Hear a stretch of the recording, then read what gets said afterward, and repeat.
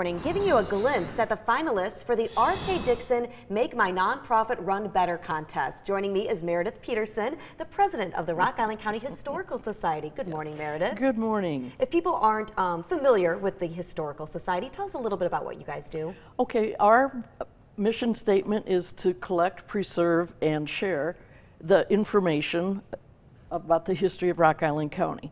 So it gets, our focus is very narrow. It applies only to Rock Island County, although we do have drawers full of other things like presidential files in Iowa and things, but our focus is Rock Island County, and our purpose is to preserve things for future generations to come back, as well as keep the old items, mainly newspapers or articles that have been written, essays, significant things like treaties and those kinds of things.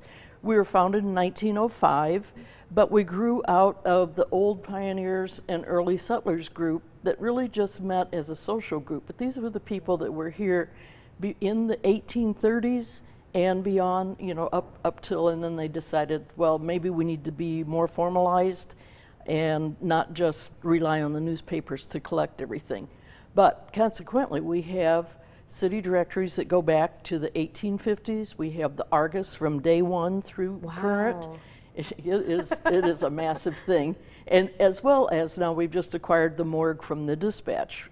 And that is what we're dealing with to try to organize that in a way that we can use it and make it available to the public. Certainly you have a very big impact on the community then. We do.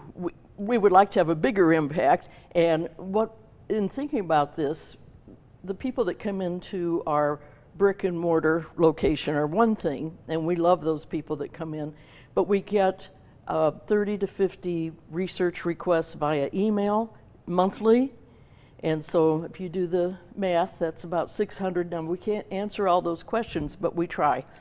And that also means that we have requests and interest from as far away as California, Maine. But think about our ethnicity. There are people from Belgium that were just actually here for Belgium Fest and came in. Sure. And then Swedish people, even though the Svensson Center is really the main resource. But we have things too, and they want to touch all the bases. So it's really quite international when it gets right down to it. Absolutely. The prize for this contest is an office technology makeover. What would you do with that money? We would like to make our system more robust so that people can actually access our files in a more timely fashion. And in order to do that, we need to digitize things that we have